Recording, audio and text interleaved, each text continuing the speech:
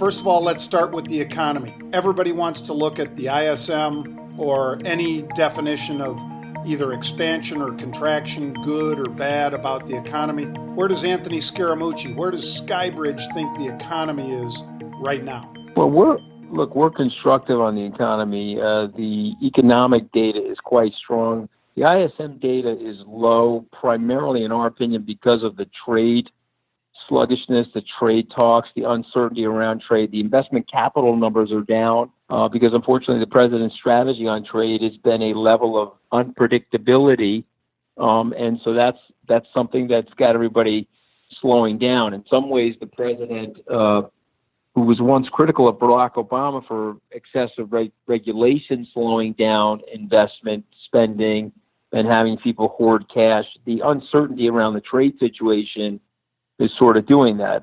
Some of his most respected advisors, going right back to 2016, were arguing that if he wanted to create trade parity with China, he could have done it gradually. He could have done 2% a quarter for 11 quarters.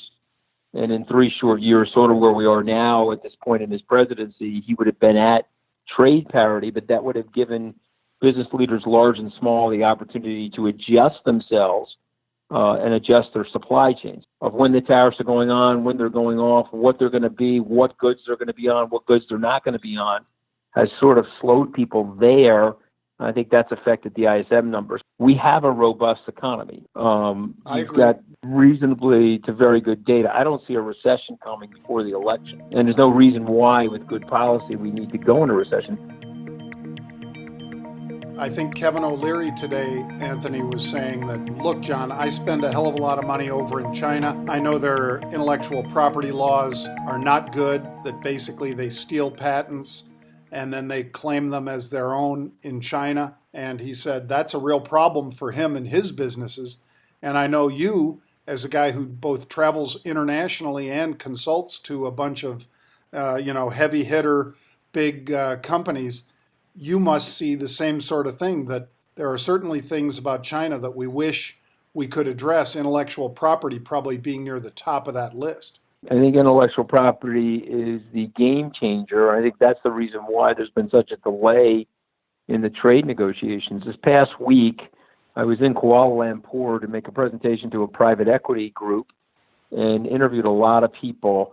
And many of those people thought if you step back and looked at the TPP deal, the United States would have been in a better position right now because we would have been operating with 11 trading partners in the South Pacific, in the region, and that would have given us a little bit more operating leverage vis-a-vis China. Bernie Sanders rejected it. Secretary Clinton was for it before she was against it. But I think if you really step back, it wasn't perfect, but it would have been an opportunity for America to gain an advantage relative to China in the region. Those 11 partners do feel threatened by China and do support what President Trump is doing. It certainly has weakened the Chinese economy more than the U.S. economy. I think it would be way better for the U.S. economy if we can get a deal done. Certainly, obviously, a deal that's fair to the United States. There's been a lot of debate about this private companies trying to come public, whether they need to do it as an IPO or whether, as Benchmark's Bill Gurley has said, that model's kind of broken, in his opinion, in Gurley's opinion. Direct listing and other methods might be the dominant factor. The reason they call it a red herring is, of course, they're dragging a red herring, and that's how you train a hound to track that particular fish. You want that herring dragged around so that, you get a hunger for that particular issue. Will there still be a lot of people interested in pursuing WeWork, not at this valuation? Of course, they've pulled it, but would they have been interested if they could have come out at a better valuation, a fairer valuation, and still done it as an IPO, or is that dead? It's a phenomenal question, and it's really the question for our time over the next 10 years. The 8 years of the Obama administration really tightened up regulation, forced through a ton of disclosure for publicly traded companies, and just incrementally added, tens of millions of dollars of legal and accounting fees to publicly traded companies. And so it just raised the bar for these companies to go public. a lot of these companies made the decision, again, I think rightfully, given the regulation, to stay private and to do these, these non-public deals, sell shares, buy shares, et cetera, in the non-public market. And I think in general, that's negative for America. That's negative for our economy long term. If you really think of Wall Street, what it is, John, we both know this, it's the arterial structure of capital flow in a great capitalist system. And so regulation constricts those arteries, thickens and hardens those arteries. And again, deregulation, you got to be careful because, with no regulation, then the blood is flowing too aggressively. You almost have like high blood pressure. You could stroke out the system. So you need a propitious balance of regulation. But what you have in the IPO businesses right now, in my opinion, wildly overregulated, making it just too hard for American companies to come public. WeWork was obviously overstated. I think the investment banking teams, sometimes in an effort to meet their quotas on fees, they mismarked the WeWork valuation. Collectively, the market said no to that WeWork valuation. If you were really building the right capital market structure, you would figure out a way to incentivize people to go public. One, it allows the retail investor to share a sliver of that growth opportunity, a sliver of that economic innovation. In times where there's been a lot of public offerings, the late 90s, the mid 2000s, you're getting more capital flow into the innovative parts of the United States and the United States economy. And so I often think about the fracking industry when people were developing the horizontal drilling and fracking, and there was great capital flow. Money went into that industry aggressively and helped to form and consolidate and grow that industry. And who would have thought when you and I were growing up that our nation would be a net exporter of oil? So it's a combination of great technology, but also the mobility of capital into areas like that where there was a big profit incentive. I would love to see us deregulate a little bit more in the IPO markets to allow that traffic to return. Gotcha, and I agree with that. When you look at the Fed and Jay Powell, they had, by their own admission, got a little offsides at the end of 2018. And coming into 2019, we were coming in at a very weak point in the market. We had recovered a little off of that December low, but it really needed Jay Powell out there saying, hey, look, maybe we were too aggressive. What would be your thought as were they too aggressive? And have they been attentive to what the market's telling them right now? Yeah, I think unfortunately, Milton Friedman, the legendary deceased economist from the University of Chicago, Nobel Prize winner, he said maybe we should just have a robot be the Federal Reserve chairman. You put the inputs, you put the data in there, let the robot make the decision. His point being is that humans are flawed and humans will missize things. The pushback is the robots are likely to be flawed too because it's being programmed by humans. But Dr. Bernanke, by his own admission in his memoirs, he let the subprime crisis get ahead of him into 2007, going into 2008. He could have ring-fenced those $90 billion worth of securities, and it could have potentially prevented the crisis that ensued. Jerome Powell, by his admission, probably when studying the Phillips curve, which is the relationship between inflation and employment, we've often thought, at least for the last 40 or 50 years, high employment numbers, low unemployment numbers typically led to wage pressure, and that wage pressure led to some form of inflation going into the economy. And so, but what we've learned because of technology, RFID inventory, these radio frequency inventory, the just-in-time inventory that we have now, the innovation in terms of our logistics and transport system, the ability to assess where we are in the supply chain at all times, all of those things massively increase productivity.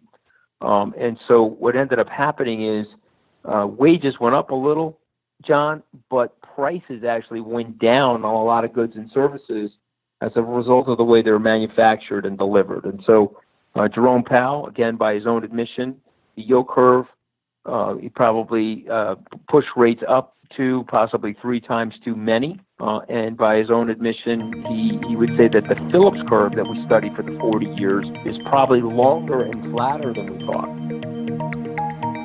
Brexit. Obviously, Boris Johnson is pushing. He has to be believable that he wants a hard Brexit if they're not willing to negotiate. He threw out a little bit of an olive branch this week, but he says, look, if you guys don't take this, we're going hard Brexit, and that's the only way we'll be able to negotiate.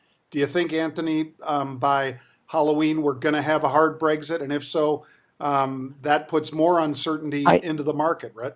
I understand the positional bargaining related to the hard Brexit, but I also understand the need for the European Union. They're trying to prevent other people from hard Brexit. So I understand why the European Union is doing that to Boris Johnson. But Boris Johnson's got a complex set of problems because the elites that control the city of London, the financial community, and that aspect of the United Kingdom's economy do not want a Brexit. Flip side is there are people that have formed a very determined, anchored nationalist position that absolutely do want a Brexit, and he has staked his prime ministership on a Brexit. And so the question is how is he going to thread that needle? I would say the early part of his term so far has been fraught with uncertainty and some missteps. You could argue if we're sitting here a year or two from now, and you have Labour in charge of the United Kingdom, and you have Jeremy Corbyn as an example, somebody like that as its prime minister, and you have somebody like Elizabeth Warren as president of the United States,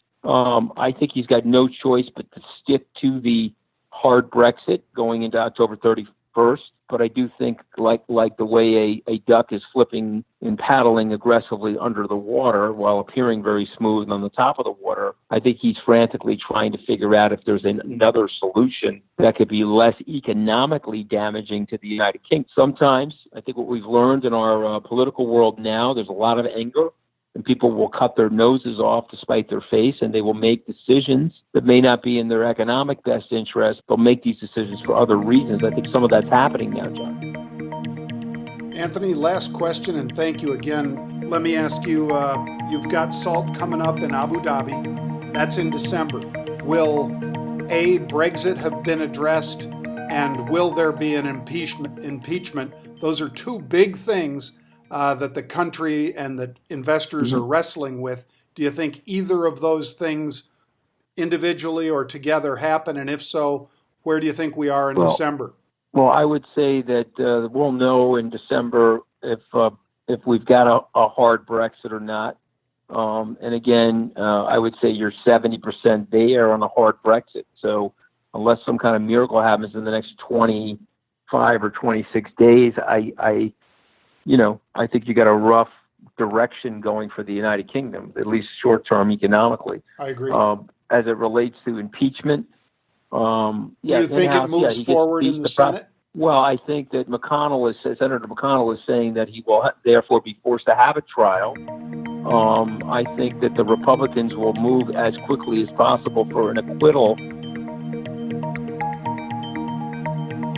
He did a good job through executive order of deregulating the economy, and he did a good job through the legislative process of making the tax code for American corporations more competitive. Those two things boosted the economy. As an example, if you have a 35% corporate tax, it goes to 21%.